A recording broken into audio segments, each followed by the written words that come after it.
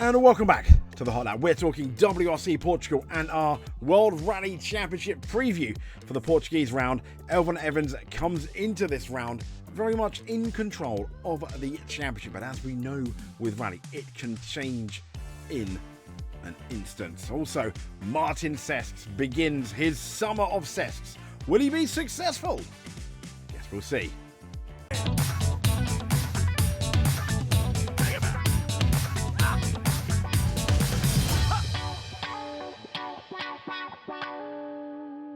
So welcome, it is officially Rally Week, Rally Portugal, and as you can see there, which we'll see in a bit as well, the new WRC Toyota white for the season, silverish actually, really, but it kind of looks white in that picture. This is from AG Rally. So Rally Portugal race program, as we know, Thursday it's all going to start there with the shakedown and SS1 to give us a teaser, to give us a taste. But then from Friday's SS2 to SS11, Saturday we have SS12 to SS18, and then Sunday Super Stage 19 to Super Stage 24, one of the longest ones I think of the year as well. And then the race ends. Who will be successful? Well, we get into our predictions in a little bit, but this is the current championship standings going into the rally, with Elfyn Evans on 109 points with Scott Martin, Kalle Rovanperä, I mean 66.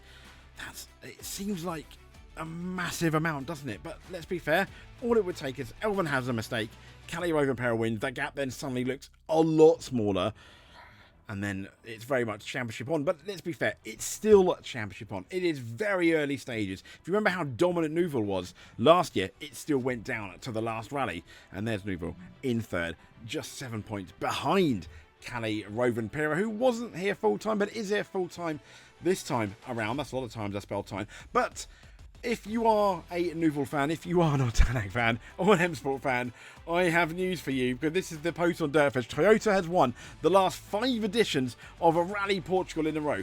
Richard, Sebastian OJ last year. The year before that was Kalle Rovanperä. Again, copy and paste Kalle Rovanperä. Good for Evans though, because he won in 2021.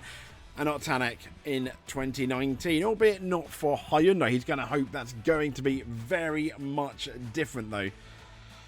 We're gonna have to have our fingers crossed, aren't we? But this is the new whitey silvery Toyota car. Evans has come out and put, I like the black car, but perhaps I'm not such a fan when it's 30 degrees C ambient outside and far hotter inside. As we know, black, well, it attracts the warmth. But will this car continue Toyota's absolutely rally success? They've been destroying the competition. Bear in mind, the competition is not that much. It's only Hyundai and M Sport, and they are 12 Rally 1 cars here at the weekend as well. And let's get into the cars coming at the weekend and the drivers and who we think is going to be successful. So in relation to being successful, we're going to go in, I want to say, opposite championship order. And the guy at the bottom is this guy here, Josh McLaren.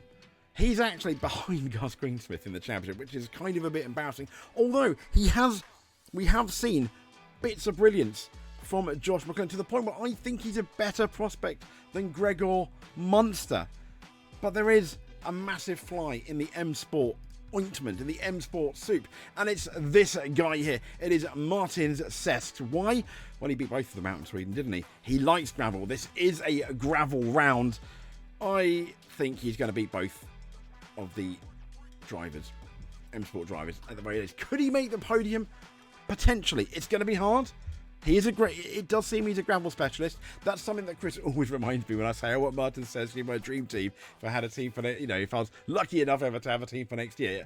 And he always says, well, he's very good at gravel, but when you look at the ERC, all the other results, and then he upsets me with his true facts. But he can get better.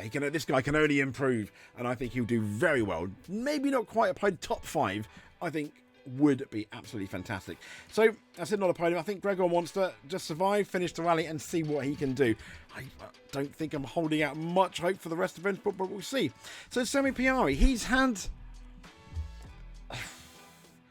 solid-ish, if I'm honest, so far. I mean, he's 8th in the championship on 19 points. I can't help but feel, when you looked at how good he was in Rally 2, yes, when you need to get better, you need to be successful. But when you've got people like Sesks, for example, almost getting a podium, and Sammy Piar doing so successful last year on his debut, I'm disappointed, but not disappointed as I am this guy, because this guy has got less excuses. He nearly won Rally Sweden, and after that, it's just been, I'm not saying it's been a disaster, because that's making too much of it, but part of me thinks if he doesn't get with the program, he could leave.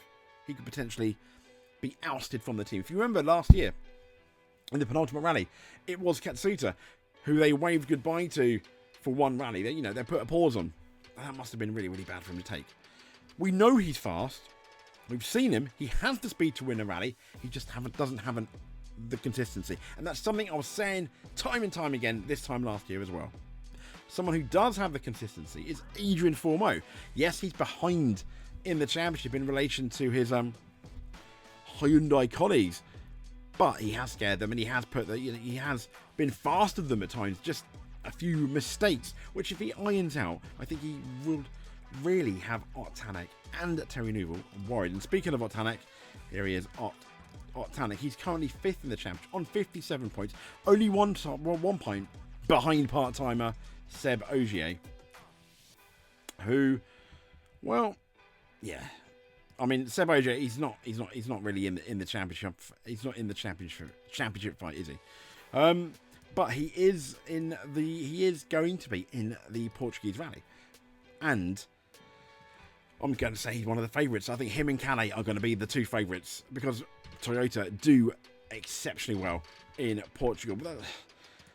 But Neuville, I think, could upset him. He makes less mistakes than Tanak. Once again, I've always said Ott Tanak is one of the fastest rally drivers, like pound for pound, but he makes too many mistakes. I do think Hyundai, now it's gone back to gravel, they were having so many issues with the tarmac, it could do quite well. And I said Rovanperä is one of the favourites, but that comes with an absolutely massive, humongous caveat. And that's the Hankook tyres. As we know, he really got on with the tyres last time around, to the point he dominated the weekend from start to finish pretty much. But when it comes to the gravel tyres, he was not happy with them. He was not happy with the gravel tyres. Is that still the case? Hankook are coming through with different tyres with stuff they learnt in Kenya, where, to be fair, Calais Rovanperä really struggled again. Having said that, he is a multiple world champion, a multiple World Rally Championship winner, a multiple rally winner. And he should be very good at adapting to it. At some point, it is going to click, and Evans is going to be in trouble in terms of winning, rallies, and he just needs to keep his cool. But the man who's going to pretty much be opening the road, I think, is going to have a bit of pressure on him. Neuville did very well. He showed there were championship drives when he opened the road, weren't they? And I think Evans is on an absolute high. It's almost like he can do no wrong until obviously he does, and that's the problem with Evans. Sometimes the pressure gets to him and it just crumbles, but it hasn't been happening so far this year. Granted, we are not in the business end of the championship when it could happen. But if he continues as he's mean to go on, who's going to stop him? Who is going to stop him? He just needs a podium, and he's going to come away happy. Even if Calais wins. A decent podium, a top 3 result, and he's going to do very well. The issue is going to be is, one, how good that Toyota is, and then you've got a Seb Ogier that has absolutely nothing to lose, who I think, him and Calais could are favourites for the rally. The only reason why I'm not saying Evans is because he's opening the road. With a bit of luck, absolutely. But I think a 3rd place would be absolutely amazing for Elfyn Evans. Without a shadow of doubt, it would be brilliant, wouldn't it? So there we go. So just looking back at the Toyotas from 2019, 2021, 2022, 2023, obviously missing out 2020, and 2024, what are Hyundai going to do? What are M Sport going to do? I mean, it's going to be absolutely fantastic. Stay tuned. We're going to have you covered here with the rally. We're going to be talking about it. We'll have a bit more news before the rally. But until then, if you want to help out a bit more and you're not subscribed, please give us a subscribe. That would be absolutely fantastic. If you are already subscribed, hit that like button, comment below, and let us know. We'd really appreciate that. But you just watching this video is more than enough for us. But until then, stay safe, speak to you soon, and thank you very much for watching.